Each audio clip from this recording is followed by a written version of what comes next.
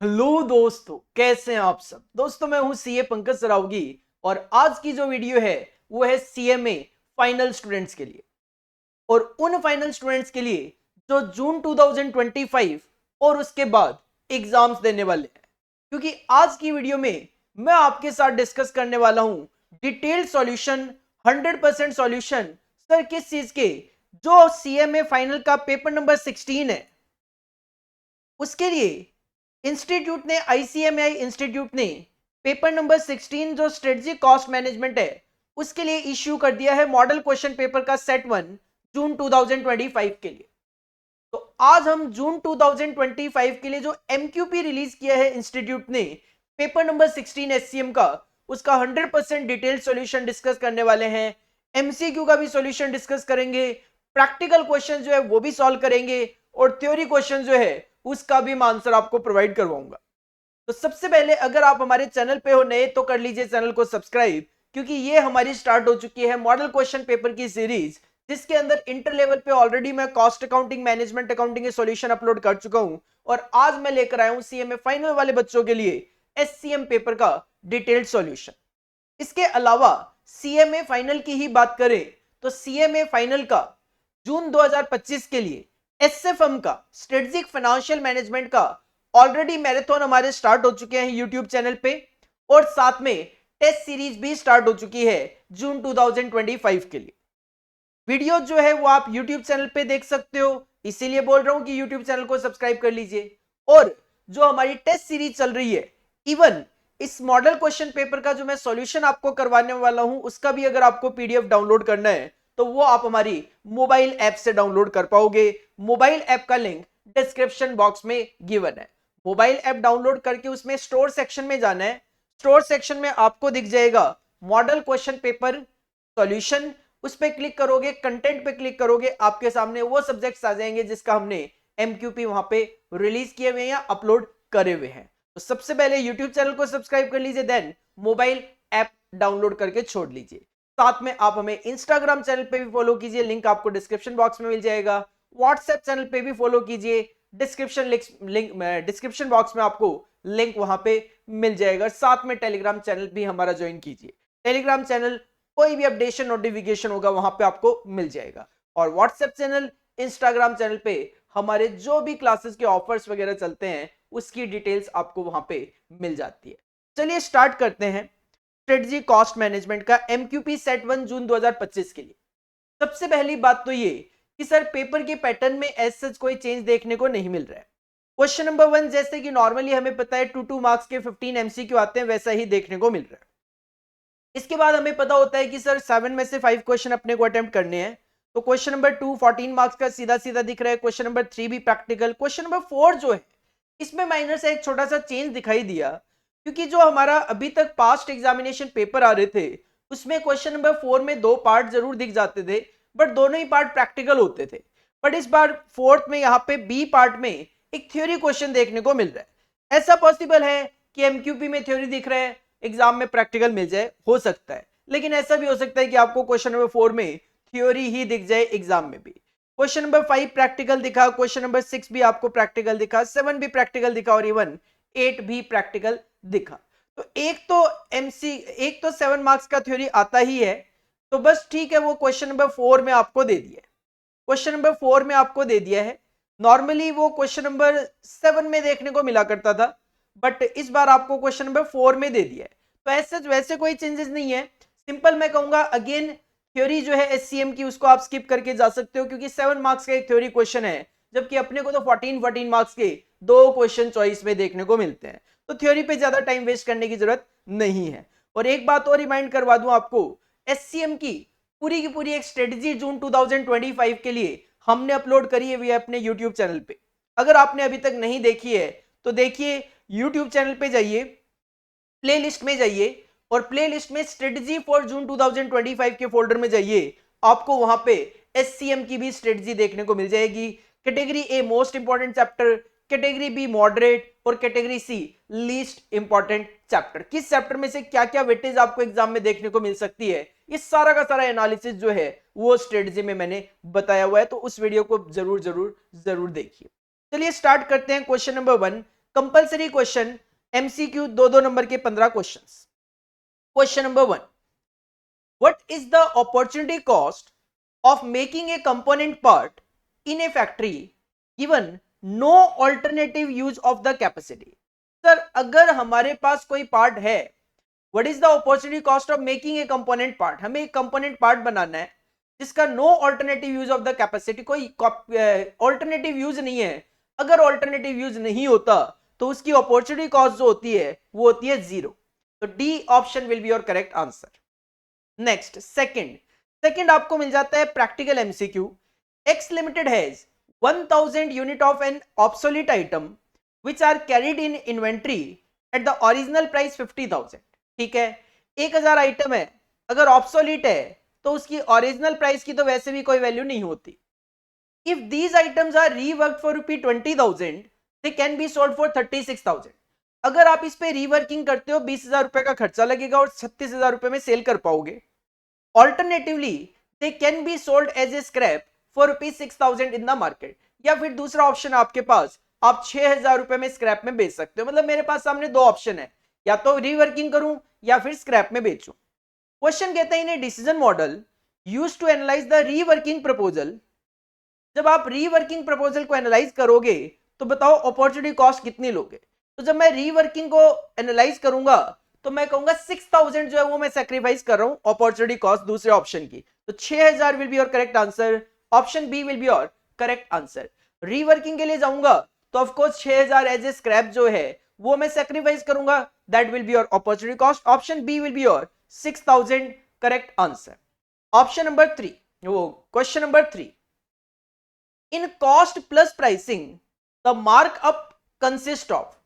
Sir जो cost plus pricing होता है उसमें मार्कअप क्या होता है?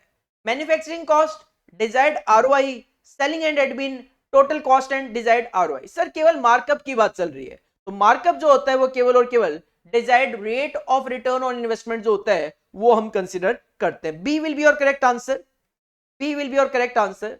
Next fourth one, it just in time relates to time management, inventory and product handling. TOC recognizes that lower inventories means more defects and TOC recognizes that EOQ is important. तो sir just in time जो है वो inventory and product handling से relate करता है, option B will be your correct answer. Next fifth, benchmarking. Sir benchmarking is a continuous process, yes. The practice of setting target using external information, yes. Method to provide performance assessment, yes. तो option D will be your correct answer. एक बार आपको बता दूं, clear कर दूं कि ये जो एमसीक्यू है, ये जो एमसीक्यू है, इनके आंसर ऑलरेडी मैंने यहाँ पे लिख दिए हैं जो पीडीएफ है उसके अंदर। तो ये पीडीएफ आप हमारी मोबाइल ऐप से डाउनलोड कर सकते हो। ये पीडीएफ जो है वो आप हमारी मोबाइल ऐप पे जाकर डाउनलोड कर सकते हो।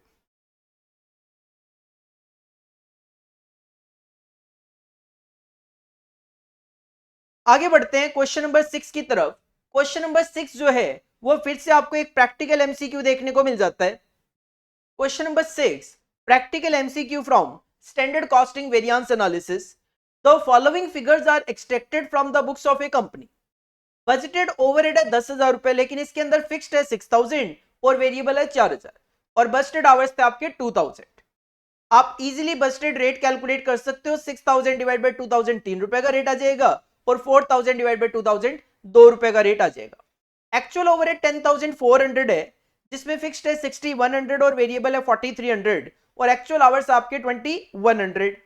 Variable overhead cost variance and fixed overhead cost variance will be.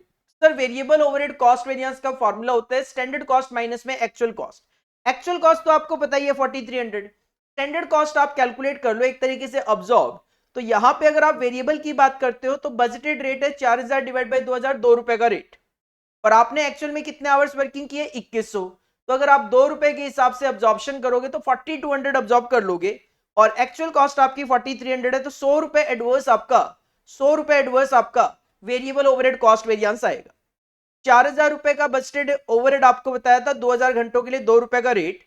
2 रुपए का रेट अब्जॉर्ब करना स्टार्ट करोगे 2,100 घंटों से 4,200 अब्जॉर्ब कर लोगे, एक्चुअल खर्चा 4,300 है, 100 रुपए एडवर्स आ गया। सिमिलरली फिक्स्ड ओवरहेड में 6000 डिवाइड बाई 2000, 3 रुपए का अब्जॉर्प्शन रेट, अब्जॉर्ब करना स्टार्ट करोगे 2100 घंटों पे 6300 अब्जॉर्ब हो जाएगा, जबकि एक्चुअल खर्चा आपका 6100, 200 रुपए फेवरेबल आ जाएगा, 200 रुपये आपका फेवरेबल आ जाएगा. Your correct answer will be 100 adverse and 200 favorable. 100 adverse, 200 favorable. C will be your correct answer. Option C will be your correct answer. Next, question number 7. Standard costing system consists of the following key elements: setting standard for each of the operation, yes; comparing the actual performance with the standard performance, yes; analyzing and reporting variances arising from the difference between actual and standard performance, yes. Your correct answer will be D, all of the above. All of the above will be your correct answer. Next, question number 8. Efficiency ratio. Sir efficiency ratio का formula होता है standard hours upon में actual hours multiply by 100. Standard hours upon में actual hours multiply by 100. Option C is the correct answer. Option C is the correct answer. सीधा सीधा formula आपसे पूछा गया. Next question, question number 9. Multiple solution exist in a linear programming problem when one of the constant is redundant, objective function is parallel to one of the constraints, two constraints are parallel, all of the above. Option B is the correct answer.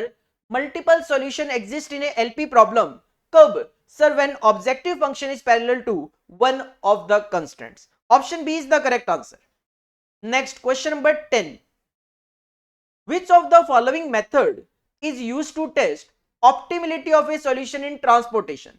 Sir transportation में ऑप्टिमिलिटी solution के लिए इनमें से कौन सा method use किया जाता है? मॉडिफाइड डिस्ट्रीब्यूशन, सिंप्लेक्स, वेम और एलसीएम. सर वेम तो फिजिबल सॉल्यूशन इनिशियल के लिए होता है. एलसीएम लीस्ट कॉस्ट मेथड जो होता है वो असाइनमेंट का मेथड होता है. सिंप्लेक्स मेथड जो है वो एलपी वगैरह में यूज किया जाता है mainly. Modified distribution is the correct answer. A is the correct answer. Next, 11th. Assignment problem can be considered as a particular case of transportation problem, sequencing, queuing या all of this. तो sir assignment problem जो है is a particular case of transportation. Transportation. A will be your correct answer. Next, 12th. Monte Carlo simulation gets its name from which of the following? Data collection, model formulation, random number assignment या analysis. तो sir C is the correct answer. Random number assignment. क्योंकि Monty Carlo simulation में हम क्या करते हैं? Random number assignment use किया करते हैं. Next, question number 13. Question number 13 practical MCQ. कहते हैं PERT network has 9 activities on its critical path. No activities है क्रिटिकल पाथ पे. The standard deviation of each activity on the critical path is 3. और ये जो नो एक्टिविटी है, हर एक activity का जो स्टैंडर्ड डेविएशन है वो 3 है. अगर हर एक एक्टिविटी का स्टैंडर्ड डेविएशन 3 है तो वेरिएंस क्या होगा? सर 3 का स्क्वायर 9 वेरिएंस होगा. इसका मतलब हर एक एक्टिविटी का वेरिएंस कितना होगा? 9. और एक्टिविटी कितनी है टोटलिटी में? 9. तो 81 जो है वो टोटल वेरिएंस बनेगा. तो क्वेश्चन जानना चाहता है स्टैंडर्ड डेविएशन क्या होगा क्रिटिकल पाथ का. तो 81 का अंडर रूट कर लो. 9 will be your correct answer. B will be your correct answer. B will be your correct answer. तो 3 का स्क्वायर 9, नो एक्टिविटी है तो 81 विल बी वेरिएंस. उसका अंडर रूट करोगे तो 9 will be the standard deviation of the critical path. काफी कम practical questions given है. तो अगर इंस्टीट्यूट बिल्कुल इसी तरीके से इसी पैटर्न पे चलता है तो वी कैन एक्सपेक्ट कि सर एचसीएम में इस बार आपको थ्योरी एमसीक्यू ज्यादा देखने को मिले. बट अगर पास्ट की मैं बात करूं तो पास्ट एग्जामिनेशन में प्रैक्टिकल एमसीक्यू भी काफी सारा आता था एचसीएम के अंदर. तो देखते हैं एक बार जो सेट 2 है वो भी देखने को बनता है. अगर इंस्टीट्यूट रिलीज करते हैं तो मोस्ट प्रोबेबली जरूर आएगा क्योंकि सेट 1 काफी जल्दी आ चुके हैं. तो सेट 2 भी आएंगे. लास्ट टाइम भी सेट 2 रिलीज किए गए थे. और अदरवाइज ये है कि अपने को MCQ theoretical point of view से जरूर कवर करके जाने चाहिए, जिसके लिए मैंने अपना जो स्ट्रेटजी वीडियो था उसके अंदर पूरी डिटेल में आपको बताया कि एमसीक्यू हमें कहां से कवरेज करनी चाहिए. तो उस वीडियो को आप जरूर जरूर जरूर देखिए. नेक्स्ट, क्वेश्चन नंबर 14 प्रैक्टिकल कह सकते हैं. When 24 hours is required to produce a condenser of a particular type, then the time required to produce the 16th unit with 85% learning curve is. पहली यूनिट का टाइम दे दिया है और 16th का आपसे जानना चाहते हैं. तो सिंपल सी बात यह है कि पहली यूनिट का टाइम 24 है, लर्निंग कर्व 80% है तो 1 से 2 पे जाओगे तो 24 का 85% 20.4 हो जाएगा। फिर 2 का डबल करोगे 4 पे जाओगे तो 20.4 का 85% 17.34 हो जाएगा। फिर डबल करोगे 4 से 8 पे जाओगे तो 17.34 का 85% 14.74 हो जाएगा। फिर 8 से 16 पे जाओगे तो 14.74 का 85% 12.53 हो जाएगा। मतलब एवरेज टाइम पर यूनिट जो टाइम होगा, मतलब 16th यूनिट पे भी 12.53 लगेगा, तो अप्रॉक्स ये जो टाइम है वो 12 से 13 घंटे के बीच में है। तो यार 12 से 14 घंटे के बीच में है वैसे तो ऑप्शन के अकॉर्डिंगली। तो option B will be your correct answer, between 12 and 14 hours, between 12 and 14 hours. और लास्ट एमसीक्यू फिर से theory, which of the following has no relation to business intelligence. Sir इनमें से बिजनेस इंटेलिजेंस से related कौन सा point नहीं है? Point number A, a set of business analytics solution to retrieve, analyze and transform data into useful business sites होता है sir.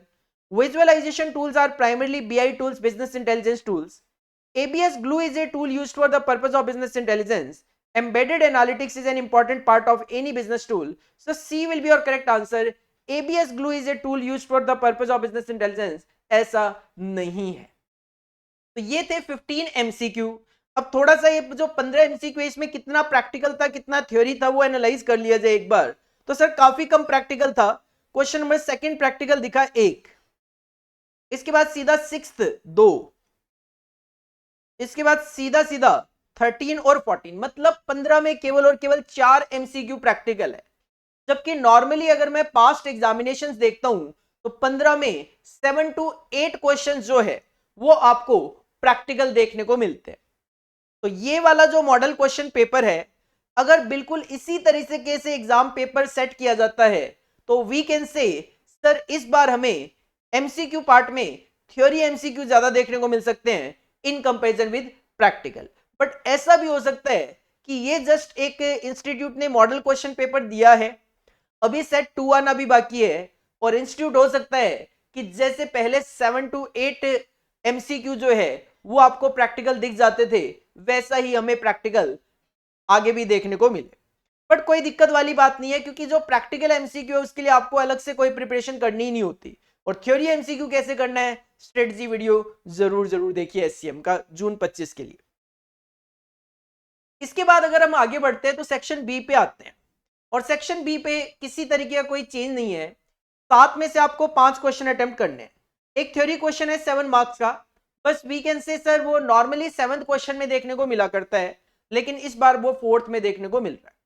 Normally ऐसा है, बाकी 4th में भी कभी आया हो पीछे तो मैं नहीं कह सकता, हो सकता है मुझे इस टाइम पे याद ना भी हो। बट हाँ, एक 7 मार्क्स का एचसीएम में थ्योरी क्वेश्चन आता है जो अभी भी दिखाई दे रहा है।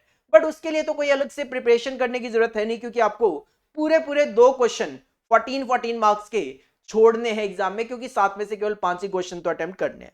मतलब सेक्शन बी के लिए आपको केवल और केवल प्रैक्टिकल पोर्शन पे कंसंट्रेट करना है, एग्जाम पॉइंट ऑफ व्यू से थ्योरी पे कंसंट्रेट करने की जरूरत बिल्कुल भी नहीं है।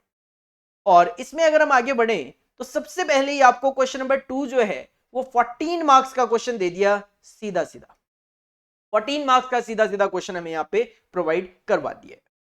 Question number 2, Shri company limited manufactures and sales in a year 20,000 units of a particular product to definite customers at a price of ₹100 per unit।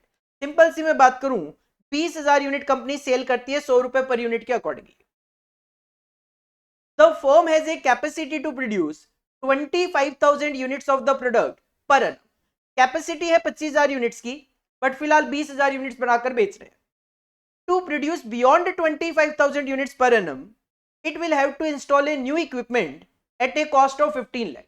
अगर कंपनी को 25,000 यूनिट से ज्यादा बनाना हो तो ठीक है, कंपनी को एक नया इक्विपमेंट इंस्टॉल करना पड़ेगा जिसकी कॉस्ट होगी 15 लाख रुपए की। The equipment will have a life span of 10 years, इसकी लाइफ होगी 10 साल की इक्विपमेंट की, and will have no residual value, सारा का सारा डेप्रिशिएट करने वाली बात है। There is an offer from a client to purchase 10,000 unit of the product regularly at a price of 90 per unit. अब एक कस्टमर आ गया, क्लाइंट आ गया, वो कहता है 10,000 यूनिट मैं रेगुलरली आपसे खरीदूंगा हर साल। तो ठीक है, कंपनी ने देखा 20,000 यूनिट बना के बेच रहा हूं, 10,000 और खरीदने वाला आ गया तो 30,000 बनानी पड़ेगी। जबकि मेरी कैपेसिटी तो 25,000 की है और 25,000 से ऊपर बनाना है तो नया इक्विपमेंट खरीदना पड़ेगा। The order if accepted will have to be over and above the existing level of production of 20,000 unit. अगर आप ये 10,000 यूनिट का ऑर्डर एक्सेप्ट करते हो तो ये 20,000 से ऊपर है, मतलब आपको टोटलिटी में 30,000 यूनिट प्रोडक्शन के लिए जाना पड़ेगा। The cost structure of the product per unit basis is, material का खर्चा 30 रुपए का आता है, लेबर का खर्चा 20 रुपीज, वेरिएबल ओवरहेड का खर्चा 10 रुपए है। फिलहाल अगर बात करें तो प्रॉफिट 20 रुपए का है और टोटल प्रेजेंट फिक्स्ड ओवरहेड है 4 लाख का। 30 रुपए का मटेरियल है, 20 रुपए की लेबर है 50, 10 रुपए का वेरिएबल ओवरहेड 60, 20 रुपए का प्रॉफिट 80 और 4 लाख रुपए की फिक्स कॉस्ट थी और कंपनी बना रही थी 20,000 यूनिट, तो 20 रुपए पर यूनिट ही आ गया। अकॉर्डिंगली ये 100 रुपए पर यूनिट का सेलिंग प्राइस बनाया गया था। During the coming year it has been estimated that the cost of direct material as compare to the current year will increase by 10%। तो सर ये material की कॉस्ट जो अभी 30 दिख रही है आपको वो 33 हो जाएगी। Because of certain ways agreement direct labour cost will increase bye 25%। जो लेबर की कॉस्ट आपको 20 रुपए दिख रही है वो 25% से बढ़ के 25 पर यूनिट हो जाएगी। Fixed overhead will increase by 10%। Fixed overhead जो आपको 4 लाख दिख रहे हैं वो 4,40,000 हो जाएंगे। If the new order for 10,000 unit is accepted, ये तो होगा ही होगा। कहते हैं अगर आपने वो 10,000 यूनिट वाला नया ऑर्डर भी एक्सेप्ट कर लिया तो fixed overhead will increase further by ₹60,000 due to increase administration expenses. Fixed cost 60,000 रुपए से और बढ़ जाएगी अगर आपने वो 10,000 यूनिट वाला एडिशनल ऑर्डर भी एक्सेप्ट किया तो। Analyse whether the concern should accept the order और instead of that try to secure order for the balanced unused capacity.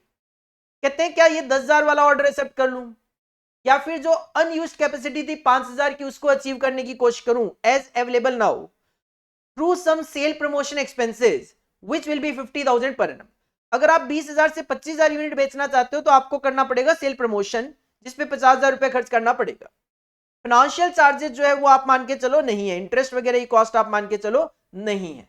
बस ये क्वेश्चन है, ये क्वेश्चन है तो सर 3 ऑप्शन आ गए मेरे सामने, या तो 20,000 यूनिट जैसे बेच रहा हूं वैसे ही चलता रहे, या 20,000 से 25,000 पे पहुंचने की कोशिश करूं, या फिर वो 10,000 यूनिट का ऑर्डर आ रहा है उसको एक्सेप्ट करूं।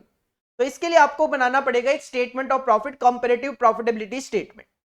ऑल्टरनेटिव 1 तो ये है जैसा चल रहा है वैसे चलने दो, 20,000 यूनिट बेचते रहो। दूसरा ऑल्टरनेटिव ये है कि जो आप अभी 20,000 बेच रहे हो और 25,000 की कैपेसिटी है तो 25,000 बेचने की कोशिश करो 50,000 का सेलिंग प्रमोशन एक्सपेंस लगा के। या फिर तीसरा ऑप्शन ये 20,000 तो बेच ही रहे हो, 10,000 यूनिट का एडिशनल ऑर्डर आप एक्सेप्ट कर लो। कुछ ये कहानी है। तो सबसे पहले तो सेल्स, सर अगर 20,000 यूनिट बेचता हूं 100 रुपए में बिक रही है, 20 लाख रुपए की सेल वैल्यू जनरेट हो जाएगी।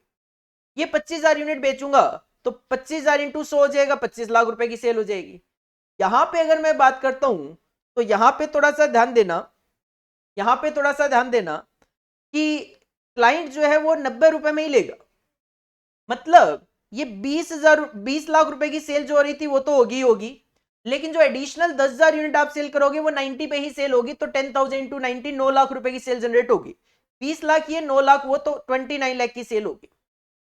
वेरिएबल कॉस्ट की अगर बात करें तो क्वेश्चन ने कहा है कि मटेरियल की कॉस्ट पहले जो 30 रुपए आती थी वो 10% से बढ़ जाएगी तो 33 हो जाएगी। तो सिंपल आपको करना क्या है, material at the rate of 33 लेना है, 20,000 इंटू 33, 25,000 इंटू 33 और 30,000 इंटू 33। लेबर की कॉस्ट जो पहले आपकी 20 रुपए आती थी वो 25% से बढ़ जाएगी तो 25 रुपए पर यूनिट हो जाएगा। तो लेबर की कॉस्ट आपको 25 पर यूनिट पे लेनी है, 20,000 इंटू 25, 25,000 इंटू 25 और 30,000 इंटू 25। इसके बाद वेरिएबल ओवरहेड का खर्चा 10 रुपए पर यूनिट था जिसमें क्वेश्चन ने कोई चेंज नहीं बताया तो वो 10 रुपए पर यूनिट ही रखना है। तो 20,000 इंटू 10, 25,000 इंटू 10 और 30,000 इंटू 10। अकॉर्डिंगली ये हो गया आपका वेरिएबल कॉस्ट का टोटल। तो सेल में से वेरिएबल कॉस्ट माइनस कर दिया तो कंट्रीब्यूशन आ गया। इसके बाद बात आती है फिक्स्ड कॉस्ट की। अभी आपकी जो फिक्स्ड कॉस्ट है वो 4 लाख चल रही थी, लेकिन क्वेश्चन ने कहा 10% से ये बढ़ जाएगी तो 440 तो हो ही जाएगी। ये 4,40,000 रुपए की फिक्स्ड कॉस्ट तो हो ही जाएगी जो हर एक केस में आएगी ही आएगी, आएगी ही आएगी। इसके बाद अगर मैं बात करूं तो क्वेश्चन ने कहा है अगर आप ये 10,000 यूनिट वाला ऑर्डर एक्सेप्ट करोगे तो फिक्स कॉस्ट आपकी 60,000 से और बढ़ जाएगी। तो अगर आप ये 30,000 यूनिट बेचोगे तो आपकी फिक्स कॉस्ट 60,000 से बढ़ जाएगी। लेकिन अगर आप 20,000 से 25,000 पे जाना चाहते हो तो 50,000 रुपए का सेल प्रमोशन एक्सपेंस करना पड़ेगा, तो ये 50,000 रुपए का खर्चा करना पड़ेगा। तो प्रेजेंटली आप 440 कमा रहे हो, अगर आप 20,000 से 25,000 यूनिट पे जाने की कोशिश करते हो तो 490 कमा लोगे। लेकिन जो नया ऑर्डर आया है वो एक्सेप्ट करते हो तो 6.5 लाख रुपए आप कमा सकते हो।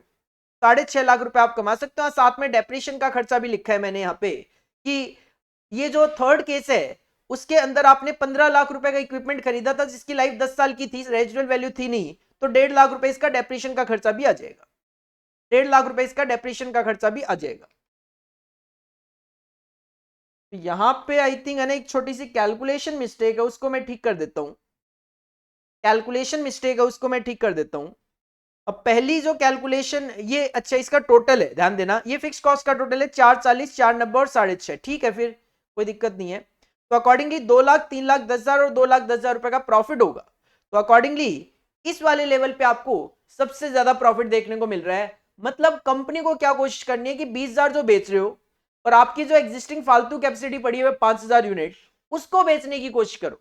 उस सिचुएशन में आपको मैक्सिमम टू मैक्सिमम प्रॉफिट देखने को मिल जाते हैं, मैक्सिमम टू मैक्सिमम प्रॉफिट देखने को मिल जाते हैं। बिल्कुल ठीक है, कैलकुलेशन ठीक है, वो मैं थोड़ा सा फिगर ऐसे ही देख रहा था। ठीक है, तो आपको सेकंड ऑप्शन जो है वो अडॉप्ट करना चाहिए और ये क्वेश्चन जो है वो 14 मार्क्स का है और रीजनेबल है, कोई दिक्कत वाली बात नहीं है।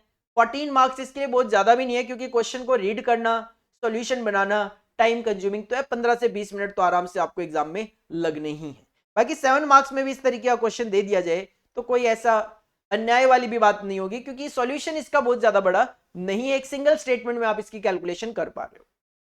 इसके बाद अगर आप क्वेश्चन नंबर 3 की तरफ बढ़ते हो तो क्वेश्चन नंबर 3 के 2 पार्ट कर दिए। पार्ट ए में आपको ट्रांसफर प्राइसिंग का एक बेसिक क्वेश्चन दे दिया और पार्ट बी जो है वो मेक और बाई का एक छोटा सा क्वेश्चन देखने को मिल रहा है। पहले बात कर लेते हैं क्वेश्चन नंबर 3 ए में ट्रांसफर प्राइसिंग की। Question number 3 A, division A is a profit centre. देखो ये सारे के सारे जो क्वेश्चन हम यहाँ पे कर रहे हैं ऑलमोस्ट सारे क्वेश्चन आप ऑलरेडी अपनी क्लासेस में कर चुके हो, क्योंकि इसके अंदर मैं अगर बात करूं तो जो स्ट्रेटजी कॉस्ट मैनेजमेंट का ये मॉडल क्वेश्चन पेपर है इसमें इंस्टीट्यूट ने किसी भी तरीके का कोई नया क्वेश्चन नहीं ऐड किया है। जो ऑलरेडी वैरायटीज ऑफ क्वेश्चन चल रहे थे उसी को लेकर एक मॉडल क्वेश्चन पेपर यहाँ पे क्रिएट किया गया। बट ठीक है, मॉडल क्वेश्चन पेपर इंस्टीट्यूट ने रिलीज किया है तो एक बार आप कर लोगे तो आपके माइंड से निकल जाएगा कि हाँ इस तरीके के वैरायटीज ऑफ क्वेश्चंस आपको एग्जाम में देखने को शायद मिल सकते हैं। Question number 3A, division A is a profit center which produces 3 products X, Y and Z. Each product has an external market. तीनों मार्केट में बेच सकते हो and the details are as follows. External market price की बात करें तो 48, 46 और 40 चल रहा है। वेरिएबल कॉस्ट है डिवीजन ए की 33, 24 और 28 की और labour hours required per unit जो है वो 3 घंटे, 4 घंटे और 2 घंटे लग जाते हैं। प्रोडक्ट वाई जो है ये वाला product can be transfer to division B but the maximum quantity that might be required for transfer is 300 units of Y. कहते हैं प्रोडक्ट वाई जो है वो आप डिवीजन बी को ट्रांसफर कर सकते हो और डिवीजन बी को मैक्सिमम टू मैक्सिमम 300 यूनिट इसकी जरूरत हो सकती है। मैक्सिमम मार्केट में कितना बेच सकते हो तो एक्स की 800, वाई की 500 और जेड की 300 यूनिट आप मार्केट में मैक्सिमम बेच सकते हो। Instead of receiving transfer of product Y from division A, division B could buy similar product in the open market at a slightly cheaper price of 45 per unit. अगर B, division B चाहे तो ये same चीज market से खरीद सकते हैं। Market से अगर डिवीजन B खरीदेगा तो 45 में उसको मिल जाएगा। क्वेश्चन की डिमांड छोटी है, कहते हैं ट्रांसफर प्राइस बताओ क्या रखें 300 यूनिट के लिए जो Y को ट्रांसफर करनी है। अगर हमारे पास टोटल लेबर आवर्स फिलहाल 3800 आवर्स हो तो अगर डिवीजन A के पास 3800 आवर्स है तो बताओ डिवीजन वाई को ये जो 300 यूनिट ट्रांसफर करनी है प्रोडक्ट वाई की, इसके लिए क्या ट्रांसफर प्राइस रखें। तो आप चेक कर लो कि आपके पास कोई स्पेयर आवर्स अवेलेबल है या नहीं है। नहीं है तो अपॉर्चुनिटी कॉस्ट भी कंसीडर करनी पड़ेगी। तो सबसे पहले इसके लिए मैंने बनाया कैलकुलेशन ऑफ कंट्रीब्यूशन। कंट्रीब्यूशन पर लेबर आवर कैलकुलेट किया है। सिंपल सी बात है, सेलिंग प्राइस में से वेरिएबल कॉस्ट माइनस करेंगे। सेलिंग प्राइस रहेगा 48, 46, 40, 48, 46, 40 और इसमें से माइनस कर देंगे वेरिएबल कॉस्ट रहेगा 33, 24 और 28, 33, 24 और 28। तो हम पहुंच जाएंगे अपने कंट्रीब्यूशन पे। ये कंट्रीब्यूशन पर यूनिट आ गया, इसको डिवाइड करेंगे नंबर ऑफ लेबर आवर्स से, दैट इज 342, तो हमें पता चलेगा contribution per hour. Sir contribution per hour सबसे ज्यादा Z का है, तो इसकी रैंकिंग 1 है मैन्युफैक्चरिंग के पॉइंट ऑफ व्यू से, Y की सेकंड और थर्ड रहेगी X की। अब अगर मैं ट्रांसफर प्राइस की बात करूं, computation of transfer price when the capacity is 3800 hours, तो तीन प्रोडक्ट है X, Y और Z। इनकी देखो एक्सटर्नल मार्केट में जो डिमांड है वो है 800, 500 और 300 यूनिट, जो आप पूरा बना भी नहीं पाओगे 800, 500, 300, क्योंकि हर एक यूनिट को बनाने में 3, 4 और 2 घंटे लगते हैं। 800 बनाऊंगा तो 2400 घंटे चाहिए, Y के लिए 2000 घंटे और Z के लिए 600 घंटे, इतने घंटों की जरूरत है। अब मैं अपनी रैंकिंग के अकॉर्डिंगली सबसे पहले Z बनाऊंगा, तो Z में 600 घंटे लग गए, 3800 थे 3200 बच गए। सेकंड में Y बनाऊंगा तो Y के लिए 2000 घंटे दे दिए मैंने, तो 2600 घंटे लग गए, 3800 में से 1200 घंटे बचे। तो इन 1200 घंटों में 800 तो बननी नहीं है, 3 घंटे लगते हैं, तो 1200 घंटों में केवल और केवल 400 यूनिट आप बना पाओगे। 1200 घंटों में आप केवल और केवल 400 यूनिट बना पाओगे। मतलब मेरे पास मार्केट में बेचने के लिए पूरे घंटे अवेलेबल नहीं है, तो स्पेयर कैपेसिटी तो नहीं है। अगर स्पेयर कैपेसिटी नहीं है तो अपॉर्चुनिटी कॉस्ट भी कंसीडर करनी पड़ेगी। लिख दिया यहां पे, the existing capacity is not sufficient even to produce the units to meet the external sale. बाहर की डिमांड को सेटिस्फाई करने के लिए भी आवर्स नहीं है हमारे पास।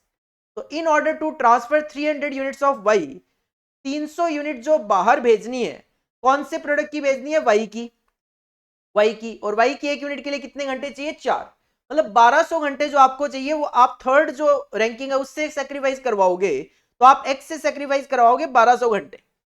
1200 घंटे आप एक्स से सेक्रीफाइस करवाओगे तो आपको नुकसान होगा 5 रुपए पर आवर का। तो 1200 इंटू 5, 6000 रुपए का तो नुकसान होगा, वो रिकवर करोगे 300 यूनिट से, 20 रुपए तो वो, साथ में जो वेरिएबल कॉस्ट है 33 वो तो लोगे ही लोगे। तो अकॉर्डिंगली 53 का जो सेलिंग प्राइस, वो ट्रांसफर प्राइस है, देख लेते हैं एक बार, कैलकुलेशन चेक कर लेते हैं। 1200 घंटे चाहिए, 1200 घंटे आज चाहिए डिवीजन ए को। सिंस लोएस्ट रैंकिंग जो है वो एक्स की है, तो यहां से हम सेक्रीफाइस करवा लेते हैं।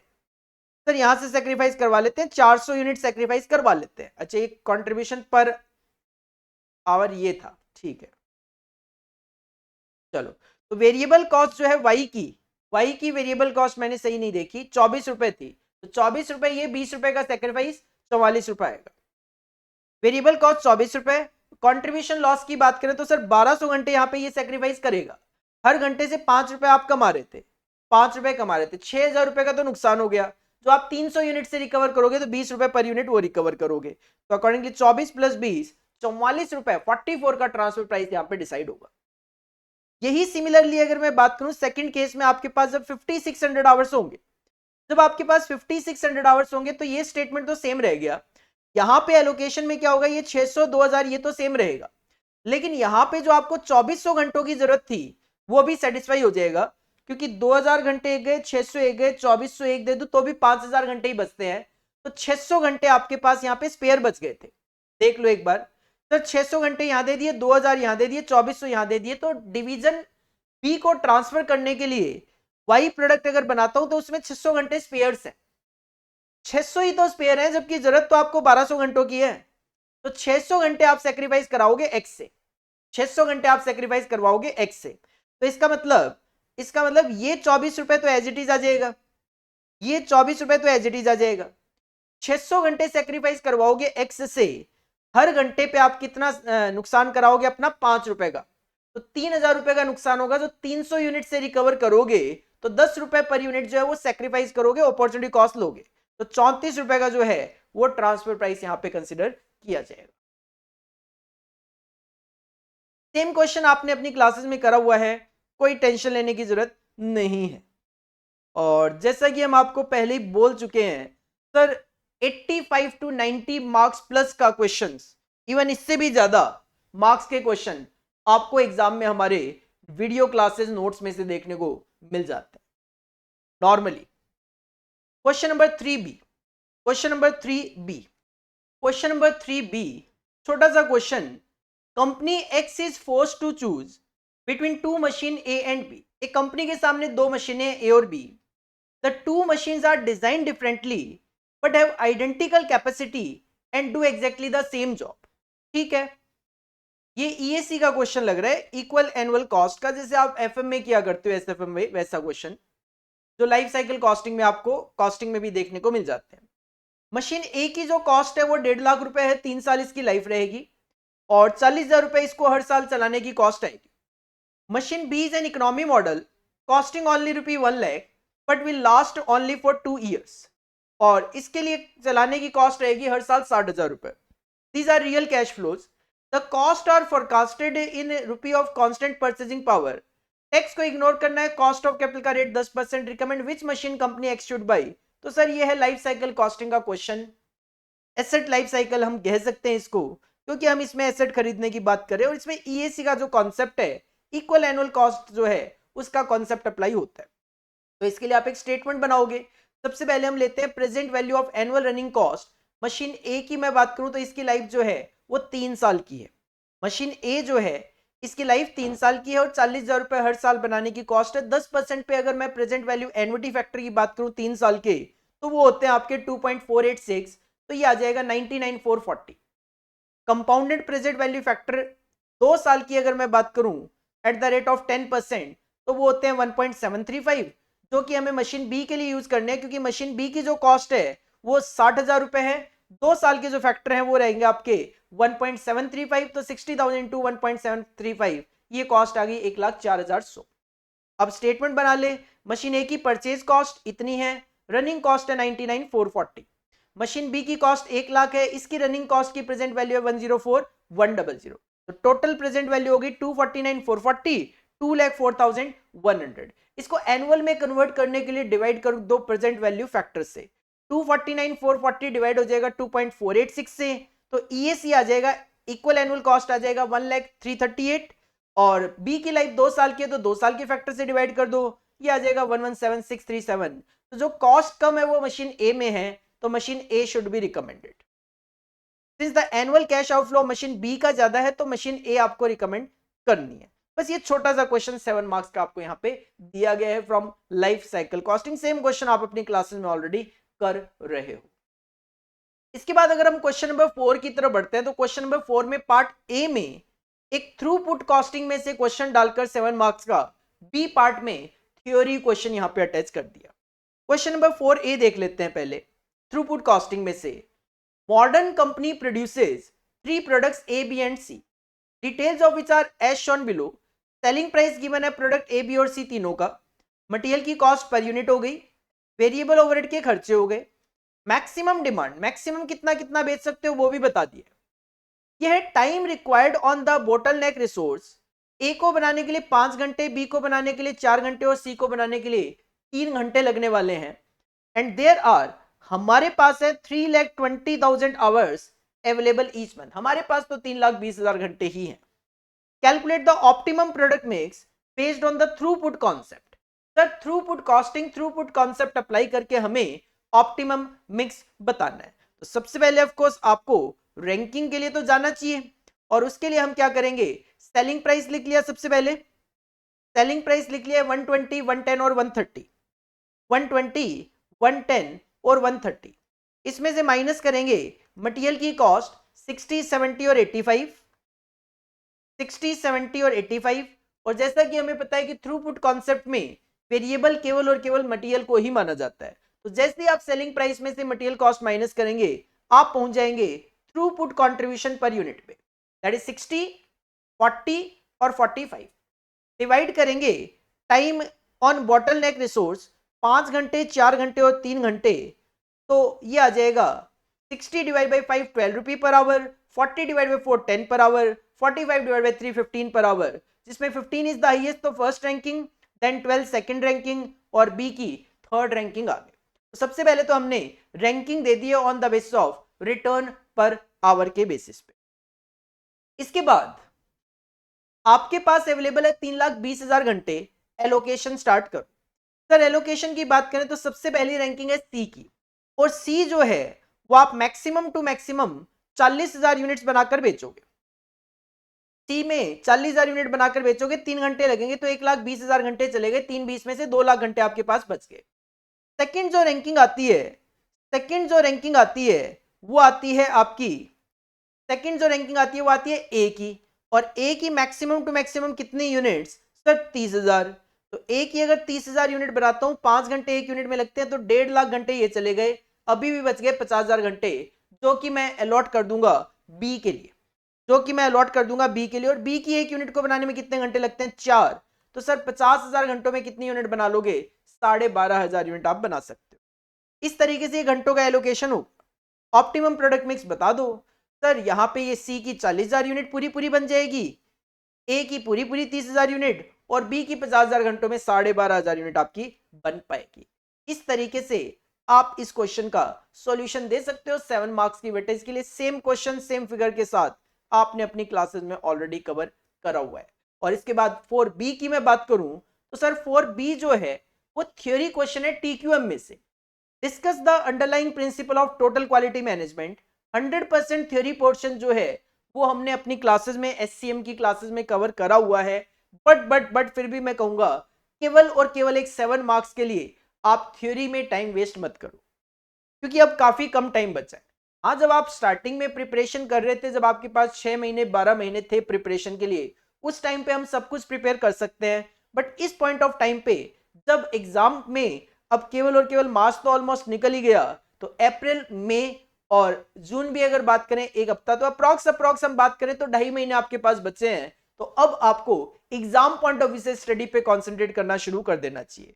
तो theory question, principles of TQM already आप क्लासेस में करते हो, सॉल्यूशन मैंने यहाँ पे भी दे दिया है आपको, प्रिंसिपल्स ऑफ TQM। आप एक बार इसके 10 प्रिंसिपल्स हैं पढ़ के देख सकते हो। 7 मार्क्स की वेटेज का क्वेश्चन है। एग्जाम में अगर आप 7 प्रिंसिपल भी लिखाओगे, एग्जामिनर आपको अच्छे मार्क्स वहां पे दे देगा, जितने देने उतने ही देगा।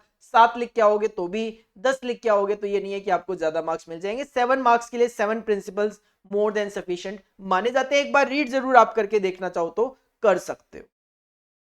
इसके बाद अगर हम आगे बढ़े तो क्वेश्चन नंबर 5 में फिर से आपको 2 पार्ट दिए गए। पार्ट ए में आपको दे दिया स्टैंडर्ड कॉस्टिंग का एक बेसिक क्वेश्चन ही कहूंगा, और पार्ट बी में भी आपको स्टैंडर्ड कॉस्टिंग का क्वेश्चन, मतलब we can say sir question number 5 जो है fully dedicated to standard costing, we can also say variance analysis. Question number 5A tile वाला क्वेश्चन है। अगर आपने अपनी क्लासेस में अच्छे से रिवीजन वगैरह करा हुआ है तो आपको ये टाइल वाला क्वेश्चन याद होना चाहिए, क्योंकि ये एक एक्सेप्शनल क्वेश्चन है अपनी क्लासेस के पॉइंट ऑफ व्यू से भी। A company manufacturing a special type of fencing tile, tile का साइज है 12 inch multiply by 8 inch multiply by 1/2 inch. Used a system of standard costing. The standard mix of compound used for making the tile is 1200 kg material A at the rate of 0.3 per kg, 500 kg material B at the rate of 0.6 per kg, 800 kg of material C at the rate of 0.7 per kg. The compound should produce 12,000 square feet जो है वो area है अपने को cover करना है, जिसकी thickness की बात करें तो 1/2 इंच है। सर टाइल जो है, टाइल की थिकनेस भी 1/2 है और कंपाउंड की जो थिकनेस है वो भी 1/2 है, तो ये तो मैच कर रही है। During a period in which 1 lakh tiles of the standard size were produce, the material usage was, 1 lakh tile आपने प्रोड्यूस करी तो मटेरियल आपने इतना इतना कंज्यूम कर लिया। 7,000 kg material A at the rate of 0.32, cost भी बता दिया 2240। 3,000 kg of material B at the rate of 0.65 per kg, 1950 की cost. 5,000 kg material C at the rate of 0.75, 3750। ठीक है, prepare the cost figure for the period showing. Material का price, mixture और सब usage variance बताने। Sir basic question ये material variances आपको बताने, तो इसके लिए कुछ कैलकुलेशंस यहां पे कर लिए। सबसे पहले तो नंबर ऑफ टाइल्स आपको कैलकुलेट करनी है, क्योंकि आपका जो एरिया है वो कितना है 12,000 स्क्वायर फीट। सर एक्चुअल तो ठीक है 1 लाख टाइल लगी है, बट स्टैंडर्ड कितनी लगनी चाहिए थी, 12,000 स्क्वायर फीट का एरिया है, थिकनेस तो मैच हो ही रही है, टाइल का जो साइज है वो 12/8 का साइज है, 12,000 square feet, area of one tile जो है 12/8 का है, क्योंकि थिकनेस तो मैच कर ही रही है, तो 96 इंच का है, 96 इंच का है। अगर 96 इंच को हम कन्वर्ट करें किसके अंदर, सर स्क्वायर फीट में, क्योंकि आपका जो एरिया है वो स्क्वायर फीट में गिवन है 12,000 स्क्वायर फीट। तो स्क्वायर फीट क्या होता है, 1 फीट में 12 इंच, तो स्क्वायर फीट हो गया 144 इंच। तो 96 डिवाइड बाई 144 किया तो ये 2/3 स्क्वायर फीट आ गया, 2/3 स्क्वायर फीट आ गया।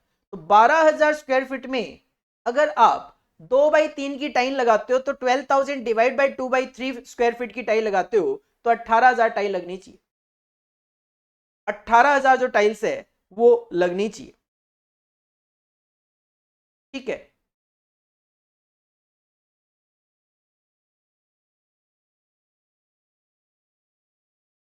कुछ गड़बड़ तो नहीं है, एक बार चेक कर लें।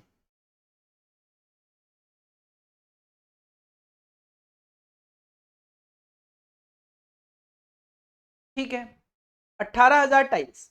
ये जो 18,000 टाइल्स थी इसके लिए आपको मटेरियल दिया गया था कुछ, इसके लिए आपको कुछ मटेरियल दिया गया था और मटेरियल था 1200 केजी। सर ये 1200 केजी है 18,000 के लिए, जबकि आपने यहाँ पे कितनी टाइल्स लगा बनाई है 1 लाख। तो अगर 1200 केजी मटेरियल लगेगा 1800 के लिए तो 1 लाख के लिए कितना 6666.67। अगर 500 केजी मटेरियल लगना था 18,000 टाइल्स के लिए तो 1 लाख के लिए कितना, इट विल बी 2777.77। और मटेरियल सी अगर लगना था 800 केजी 18,000 टाइल्स के लिए, आपने बनाई 1 लाख टाइल्स, तो कितना लगना चाहिए 4444.44। प्राइसेस, स्टैंडर्ड प्राइसेस आपके पास ऑलरेडी गिवन है 0.3, 0.6 और 0.7। तो इससे अगर मल्टीप्लाई कर लें तो ये हमें हमारी स्टैंडर्ड कॉस्ट पता चल गई। जबकि एक्चुअल में आपने कितना कितना यूसेज किया, तो एक्चुअल में हमने यूसेज किया है 7,000, ये गिवन ही है सब कुछ। 735 is the quantity, 735 is the quantity जिसको हमने रेट से मल्टीप्लाई करना है। रेट कंसीडर करना है 0.32, 0.65 और 0.75, 0.32, 0.65 और 0.75। और इवन इसको मल्टीप्लाई करके अमाउंट भी क्वेश्चन में गिवन ही है, तो कॉपी पेस्ट करनी है 22401950 और 3750। ठीक है, तो डेटा आपके पास सारा आ चुका है। आप इजीली अब क्या कर सकते हो, अपना फॉर्मूलाज यूज कर सकते हो, फॉर्मूलाज यूज कर सकते हो। सर यहाँ पे फॉर्मूलाज यूज करने से पहले क्वेश्चन में मिक्स और सब यूसेज वेरिएंस पूछा गया, तो उसके लिए आपको आरएसक्यू की जरूरत होती है, तो आरएसक्यू भी कैलकुलेट कर दिए। आरएसक्यू का मतलब क्या होता है, जो एक्चुअल क्वांटिटी होती है, जो आपने एक्चुअल क्वांटिटी यूज करी है दैट इज 15,000, अगर ये स्टैंडर्ड प्रोपोर्शन में ही होती 1200, 500 और 800 के प्रोपोर्शन में होती तो कितनी क्वांटिटी होती, तो कितनी क्वांटिटी होती। इसका टोटल कितना है 12, 5, 17 और 8 2500। तो 1200 है 2500 के लिए 15,000 में कितना, 1200 है 2500 में तो 15,000 में कितना 7200, 7200। 500 है 2500 में तो 15,000 में कितना 3,000। और 800 है 2500 में तो 15,000 में कितना 4800। कैसे भी कैलकुलेट कर सकते हो, यहाँ पे वैल्यूज के बेसिस पे कैलकुलेट किया, आप क्वांटिटी के बेसिस पे भी कैलकुलेट कर सकते हो। बस इसके बाद बना दी है एनालिसिस ऑफ कंप्यूटर डेटा की टेबल। सर मटेरियल है 3 तरीके के, ए, बी और सी। स्टैंडर्ड कॉस्ट आप ऑलरेडी यहाँ पे कैलकुलेट कर चुके हो, तो सीधा सीधा कॉपी कर लिया 6778, 6778। एक्चुअल कॉस्ट भी आप कैलकुलेट कर चुके थे 7940, तो ये भी कॉपी पेस्ट कर लिया। आरएसक्यू, आरएसक्यू की क्वांटिटी आप यहां से पिक कर लो 7200, 3000, 4800, मल्टीप्लाई कर लो इसको स्टैंडर्ड प्राइस से, दैट इज 0.3, 0.6 और 0.7 से, तो आपको आरएसक्यू एसपी पता चल गया। एक्चुअल क्वांटिटी आपके पास क्वेश्चन में गिवन है दैट इज 7,000, 3,000, 5,000। इसको स्टैंडर्ड प्राइस 0.3, 0.6, 0.7 से मल्टीप्लाई किया तो आपको एक्यू एसपी भी पता चल गया। बस अब जो क्वेश्चन की डिमांड है उसके हिसाब से कैलकुलेशन करनी है। हालांकि क्वेश्चन ने यहाँ पे केवल और केवल 3 वेरिएंसेस ही पूछे, मटेरियल, प्राइस, मिक्सर और सब यूसेज, बट मैंने यहाँ पे सारे के सारे कैलकुलेट कर दिए। मटेरियल सब यूसेज का फॉर्मूला होता है SQ SP minus RSQ SP. तो 6778 minus 7320, it will be 542 adverse. Second, material mix variance का फॉर्मूला होता है RSQ SP minus AQ SP, तो it will be 7320 minus 7400, it will be 80 adverse.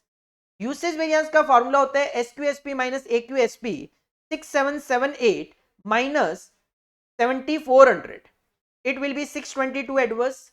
Price variance का formula होता है AQSP minus AQ AP, AQSP minus AQAP 7400 minus 7940540 adverse, और cost variance होता है SQSP minus AQAP 6778 minus 7940, it will B 1162 adverse. Even यहाँ पे reconciliation भी करके दिया है मैंने कि मटेरियल यूसेज वेरिएंस के दो पार्ट होते हैं, मटेरियल का सब यूसेज और मिक्स वेरिएंस।